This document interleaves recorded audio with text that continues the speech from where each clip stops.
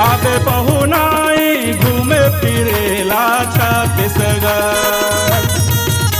ए आबे पहुनाई घूमे फिरेला छत्तीसगढ़। बोली माँ मिठास इहाँ मन के सुघर, नहीं है बैरी कोनो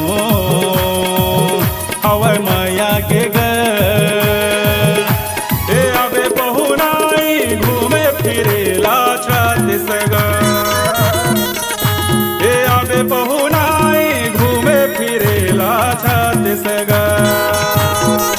हमर छत्तीसगढ़, हमर छत्तीसगढ़, हमर छत्तीसगढ़, हमर छत्तीसगढ़।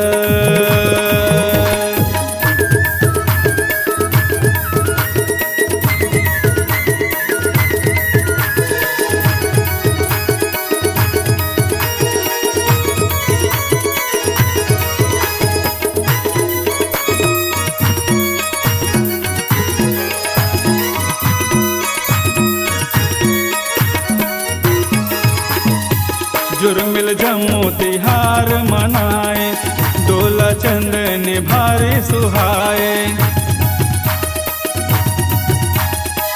जुर्मिल जम्मू तिहार मनाए, डोला चंदन भारी सुहाए। सुआ फागुन गौर जस लगाए, घर घर छेछेरा दिवाली मनाए। सुघर चमकत है गाँव शहर, सुघर चमकत है गाँव शहर। ए आबे पहुनाई घूमे फिरेला छत्तीसगढ़। ए आबे पहुनाई घूमे फिरेला छत्तीसगढ़।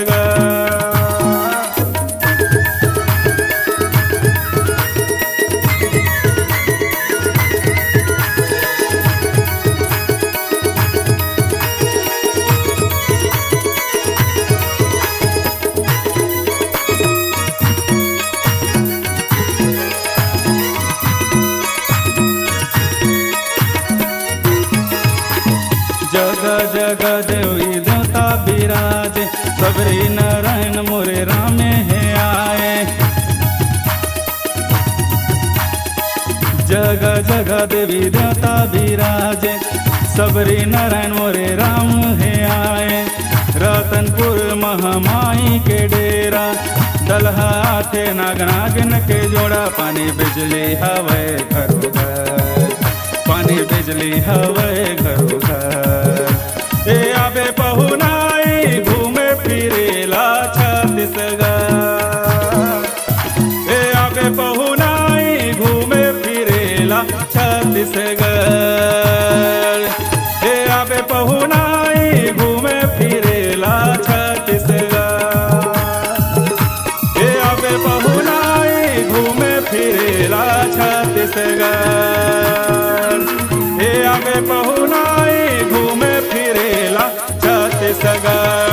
जय छत्तीसगढ़। जो जवारा दई के मंदिर में, जी हाँ, आज ही ले आइए जेबीबी म्यूजिक मस्तूरी की शानदार भक्तिमय प्रस्तुति जो जवारा दाई के मंदिर में, जिसे अपने सुमधुर स्वर से सजाया है रूपेश कुमार सोनी ने। तो चलिए इस नवरात्र हम सभी रूपेश कुमार सोनी जी के सुमधुर वाणी से माता रानी के भजनों का आनंद लें। Contact number 9165700872। इस सुमधुर आवाज को आपके बीच लाया है JBB music Sukhdev Sahu recording centre Masturi ने।